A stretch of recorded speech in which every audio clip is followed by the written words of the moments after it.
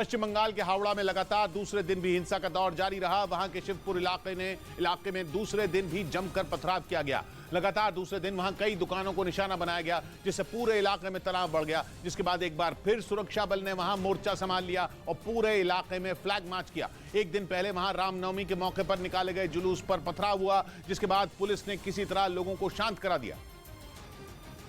लेकिन अगले दिन भी उस इलाके में तनाव खत्म नहीं हुआ। मौका मिलते ही एक समुदाय के लोग सड़कों पर उतर आए और जमकर पत्थरबाजी की। घुस गया। हंगामा कर रहे लोगों के हाथों में ईंट, पत्थर और डंडे नजर आए। उन्होंने कई इमारतों में घुसकर तोड़फोड़ की, जिसे देखकर उन इमारतों में रहने वाले लोगों का बुरा हाल हो गया।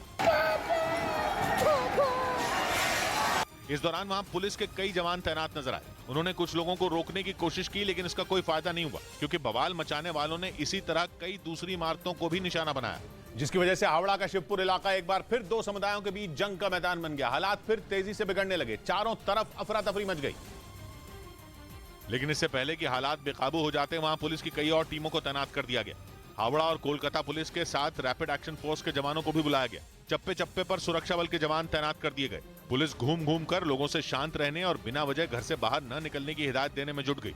पुलिस की तरफ से जगह जगह पर जो है वो रूट मार्च किया जा रहा है। इसके बाद पुलिस के कई बड़े अधिकारी भी हावड़ा पहुंचे और उन्होंने लोगों को भरोसा दिया कि जल्द ही हंगामा खत्म हो जाएगा। यहाँ पर ट्रैफिक शुरू हो गया और सिचुएशन नॉर्मलसी की तरफ जा रही है। इससे पहले पुलिस ने रामनवमी के दिन पथराव करने के आरोप में 36 लोगों को गिरफ्तार कर लिया, जिन पर यह आरोप है कि उन्होंने शोभा यात्रा पर पथराव किया और माहौल बिगाड़ने की कोशिश की। गिरफ्तार किए गए लोगों में वो भी शामिल हैं जिन्होंने पथराव के बाद जमकर तोड़फोड़ की, जिसकी वजह से उस इलाके की तस्वीर ही बदल गई। कई कारों के शीशे चकनाचूर हो गए तो कई गाड़ियां पूरी तरह बर्बाद हो गई, क्योंकि उपद्रवियों ने एक दिन पहले पथराव के साथ आगजनी भी की थी। सामने आई तस्वीरों में कई जगहों पर आग की लपटें उठती नजर आईं। सड़कों पर ईंट और पत्थरों का ढेर दिखाई दिया। कई इमारतों को भी भारी नुकसान पहुंचा। एक दिन पहले हुई पत्थरबाजी में कुछ लोग घायल भी हुए, जिन्हें बाद में अस्पताल में भर्ती कराया गया। इस बीच पश्चिम बंगाल के हावड़ा में हुई हिंसा पर बीजेपी और टीएमसी में ठन गई। हावड़ा में रामनवमी की शोभा यात्रा के दौरान हिंसा हुई, जिसके बाद हिंसा पर राजनीति शुरू हो गई। टीएमसी नेताओं ने एक वीडियो शेयर किया और दावा किया कि वीडियो रामनवमी के मौके पर हावड़ा में निकली शोभा यात्रा का है, जिसमें एक शख्स के हाथ में बंदूक नजर आई। वीडियो में बंदूक को हाईलाइट भी किया गया। टीएमसी सांसद महुआ मोइत्रा और अभिषेक बनर्जी ने यह वीडियो शेयर करते हुए बीजेपी पर निशाना साधा और आरोप लगाया कि हिंसा बीजेपी ने भड़काई, जबकि बीजेपी ने हावड़ा में हुई हिंसा को ममता सरकार की नाकामी बताया। बीजेपी ने हिंसा के आरोपियों पर सख्त कार्रवाई की भी मांग की। राम भक्तों पर पथराव हो और उनको भी घायल करने का काम हो, फिर भी राज्य की सरकारें चुप रहे। हावड़ा हिंसा के मुद्दे पर जबानी जंग के बीच गृह मंत्री अमित शाह ने पश्चिम बंगाल के गवर्नर से बात की और बंगाल के हालात की जानकारी ली। वहीं हावड़ा हिंसा पर बंगाल की सीएम ममता बनर्जी का भी बयान आया, जिसमें वो गुस्से में लगी। उन्होंने बयान दिया कि वो किसी समुदाय पर हमला बर्दाश्त नहीं करेंगी। আমি রামনবমীর মিছিল আটকাবো না। একটা মুসলিম এরিয়ায় গিয়ে হামলা করলে মনে রেখো তার বিরুদ্ধে আইনত पदक्षेप নেবে। उधर बिहार में रोहतास जिले के सासाराम में रामनवमी पर जुलूस के दौरान भड़की हिंसा के बाद पूरे इलाके में धारा 144 लागू कर दी गई। इसके अलावा इंटरनेट सेवा भी अगले आदेश तक के लिए बंद कर दी गई।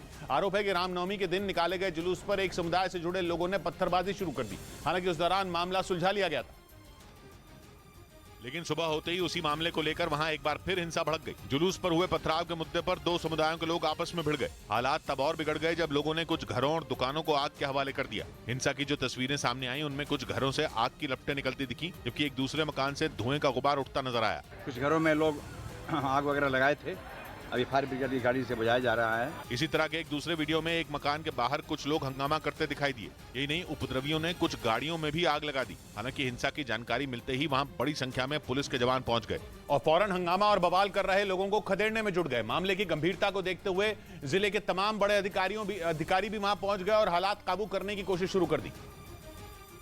लेकिन इसके बाद भी वहां बवाल होता रहा। इसी बीच शहर के गोला बाजार इलाके में दोनों पक्षों के बीच जमकर पत्थरबाजी हुई, जिसमें कुछ लोग घायल भी हो गए। बाद में हालात बिगड़ते देख प्रशासन ने पूरे सासाराम में धारा 144 लागू कर दी। जिला पदाधिकारी के आदेशानुसार संपूर्ण सासाराम क्षेत्र में धारा 144 लागू की जाती है। प्रशासन ने किसी तरह हालात तो कंट्रोल कर लिए, लेकिन इलाके में तनाव बना हुआ है, जिसे देखते हुए चप्पे चप्पे पर पुलिस के जवानों को तैनात किया गया है, ताकि वक्त रहते उपद्रवियों से निपटा जा सके।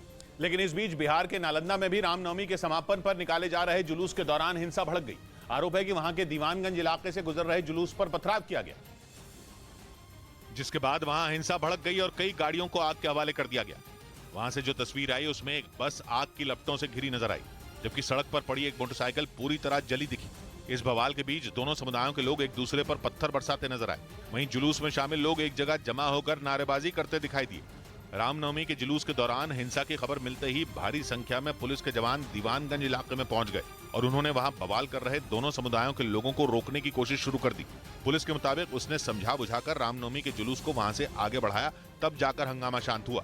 उधर मुंबई के मालवनी इलाके में रामनवमी के दिन माहौल खराब करने के आरोप में 20 लोगों को गिरफ्तार कर लिया गया। एक दिन पहले जब वहां शोभा यात्रा निकाली जा रही थी, तब कुछ लोगों ने भारी हंगामा किया, जिन्हें हटाने के लिए पुलिस को उन पर लाठीचार्ज करना पड़ा। पुलिस ने उन लोगों को दौड़ा दौड़ाकर पीटा जो माहौल को बिगाड़ने की कोशिश कर रहे थे। इस कार्रवाई से वहां अफरा तफरी मच गई। हंगामा कर रहे लोग पुलिस से बचने के लिए इधर उधर भागने लगे। इससे पहले जब रामनवमी के मौके पर निकाली गई शोभा यात्रा एक इलाके में पहुंची, तब वहां हंगामा शुरू हो गया।